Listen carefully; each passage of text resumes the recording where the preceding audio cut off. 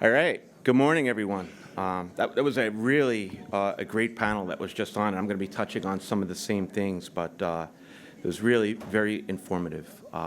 First and foremost, I want to thank Julia Valentine and everybody at the Digital Evolution Institute for allowing me to be here and just share some of my thoughts with you. Again, my name's Anthony Carter. I began my career in public safety over 30 years ago, starting here in the New York City Police Department. I had executive roles then in the Suffolk County Police Department and also in the village of Southampton. I began my career really just kind of thinking, hey, this is just a job. I was 20 years old, and I said, if I don't like it, I will go back to college. September 11th, however, 2001 changed everything for me. At that time, I was a young sergeant, and it was no longer a job. You know, for me, it became a passion in public safety and doing everything I can to make sure that I spend the rest of my days in this world making sure people are safe. Over the years, I've managed several high crisis situations, including terrorist attacks here in New York City, actually 3 more after 9/11, as well as Superstorm Sandy, the pandemic, and the civil unrest that we experienced throughout the nation in 2020. Then, when I became the Suffolk County Deputy Police Commissioner in 2022, we suffered one of the worst ransomware attacks against a municipality in our nation's history. It took us a full 6 months to get back on our feet. So the panel had mentioned, I think Ori had mentioned, that if you don't want to be the victim of a ransomware attack, he could not be more right. And as I said, 6 months. They lived in our system, and that's a whole other presentation, but they lived in our system for 9 months before they carried out their attack on us. And it took us, as I said, 6 months to get back on our feet. So managing through physical crisis and digital crisis has really kind of given me, the thoughts that I have that I want to share with all of you today. So what I want to do is I kind of just want to go through some of the current digital threats that we're seeing and maybe some things that you should be aware of, touch a little bit about deepfakes and virtual kidnapping, doxing, and of course brushing that some of you may or may not be familiar with. Then I want to just kind of touch very briefly on the physical landscape. What are we seeing, and what are we seeing in terms of what high net worth individuals should know about? And finally, I want to talk about executive protection and the need for digital and physical security to coexist. So let's get right into it. What do we see in terms of digital threats? I think everybody in this room is well aware, cybercrime is costing over $9 trillion. It's 3 times what it used to be just 10 years ago. When we look at the third quarter of 2024, we've seen a 75% increase, and that increase is actually also demonstrated in the fact that there are repeated attacks. Looking specifically at board members and what board members are seeing, very evident by the last panel, 76% of company boards are seeking more active executive involvement in risk management. 70% of directors find AI and cyber oversight challenging. After listening to the last presentation with Ori and Dominique, I really feel that that number is probably higher. 2.3% of board seats across the S&P 500 are held by directors with professional cybersecurity experience. I'm sure, and I am hopeful that that number will go up. And 67% of board members believe human error is the biggest cyber vulnerability. And speaking from my experience in Suffolk County, it was people and process is how we became, as I said, the victim to one of the largest ransomware attacks. I have let's see, does anybody know who he is? So very early in my career, I was introduced to this individual, and his name is Willie Sutton. Willie Sutton is one of the most notorious bank robbers in our nation's history. Some typed out arrests that he made. He robbed banks for over 20 years, and then he was finally caught. He was caught by the FBI in a nationwide hunt for this individual. Then he escaped, and then we had to catch him again. But once we did catch him, the FBI asked him, and they said, why? Why, Willie? Why do you rob banks? Bingo. That's where the money is. And that's exactly what he said. And his basic but true words, they resonate today. right? Criminals have been increasing their attacks, both digital and physical, against high net worth individuals, simply because that's where the money is. When we look at digital threats, I want to just go through a couple of examples. As you can see, there's more than I can talk about in the next 9 minutes. However, I want to just touch on a few of them and talk about deepfakes, virtual kidnapping, doxing, and brushing. By the way, just by show of hands, does anybody know what a brushing attack is, besides you, Mike? Does anybody else know? Okay, good.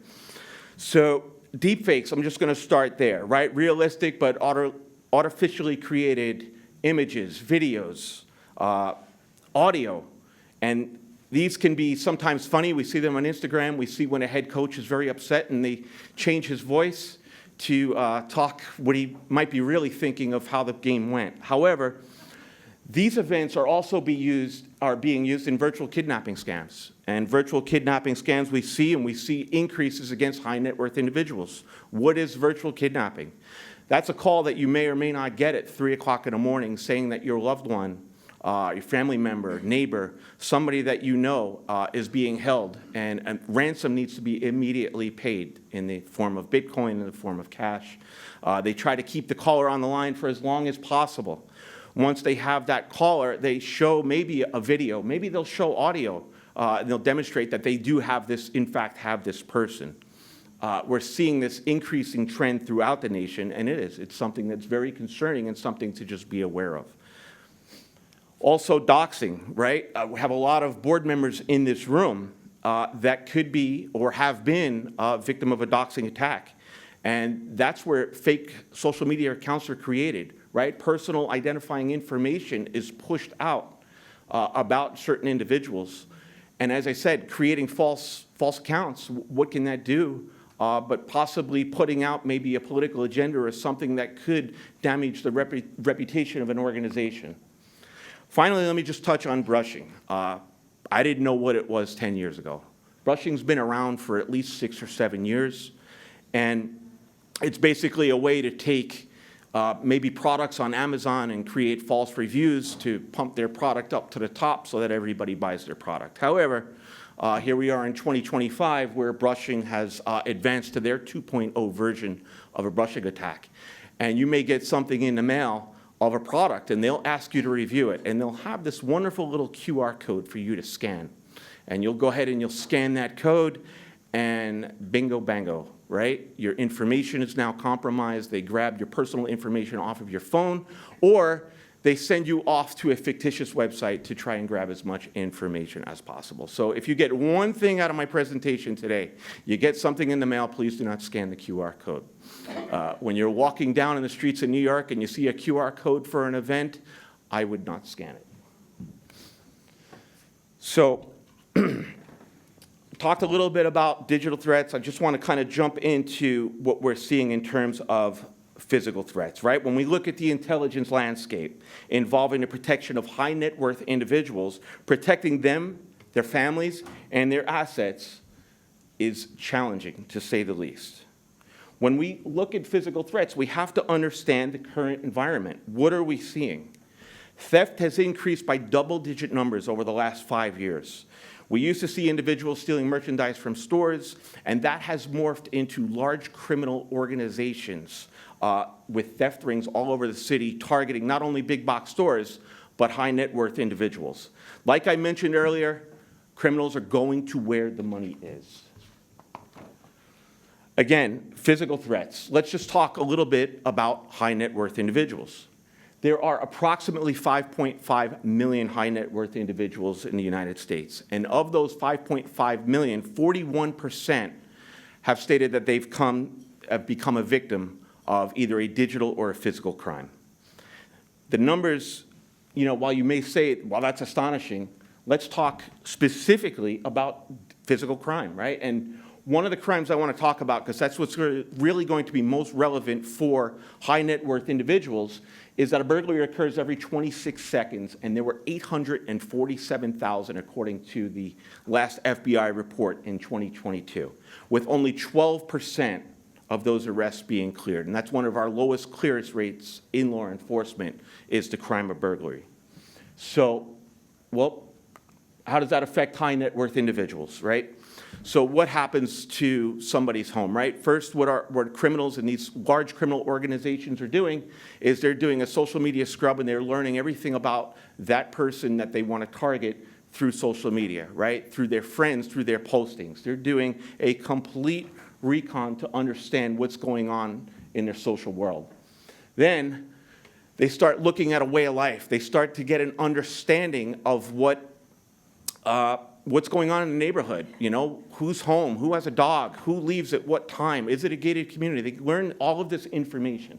Once they have this information, they throw drones up in the air. They look inside of the windows. They get a good aerial surveillance of what's going on in the home. The drone footage, absolutely valuable. These very large homes, they don't think, you know, that second big, huge window, that a drone could take a look in and see where the valuables actually are. Once they have all that information, that's when they do what they do, right? They go in at the time when they know nobody's going to be home. They know when the best time is to hit. They use the latest and greatest in technology. Most of us in law enforcement use it for good. However, they use it to break into homes. Wi-Fi jammers, blocking alarm signals, actually wearing camouflage clothing to defeat motion sensors inside of the home. So this is really just some of the things that we're seeing in terms of physical crimes. And awareness for me, making all of you aware of it, making law enforcement that they are aware of it, establishing pattern crimes, which means that we're seeing this throughout the nation, and we have to connect it from local law enforcement to state to federal. And as we're starting to move forward, we're seeing this more and more. We are doing just that.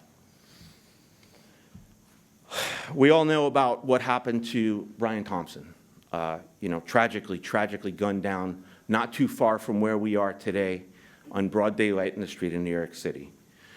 When we talk about intelligence and we talk about what the perpetrator, and I'm not going to mention his name, what the perpetrator knew and what he didn't know, he knew exactly where the CEO was staying. He knew exactly where he was going. He knew what time, and he was comfortable enough to sit and have a cup of coffee before he went out and you know, committed this murder. So that being said, this tragic case, along with many others, there's an increasing number of digital and physical threats that we're seeing, and we're seeing them against high net worth individuals because, you know, I'll say it for the third time, that's where they're going because that's where the money is.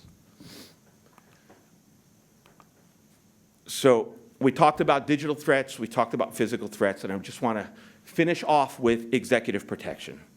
What is it? Well, we know that conversations are being had, and now it's kind of on the forefront that board members are talking about executive protection. What I feel the conversation should be is how the convergence of digital and physical security are evolving, right? And how we need to really kind of think about what executive protection is.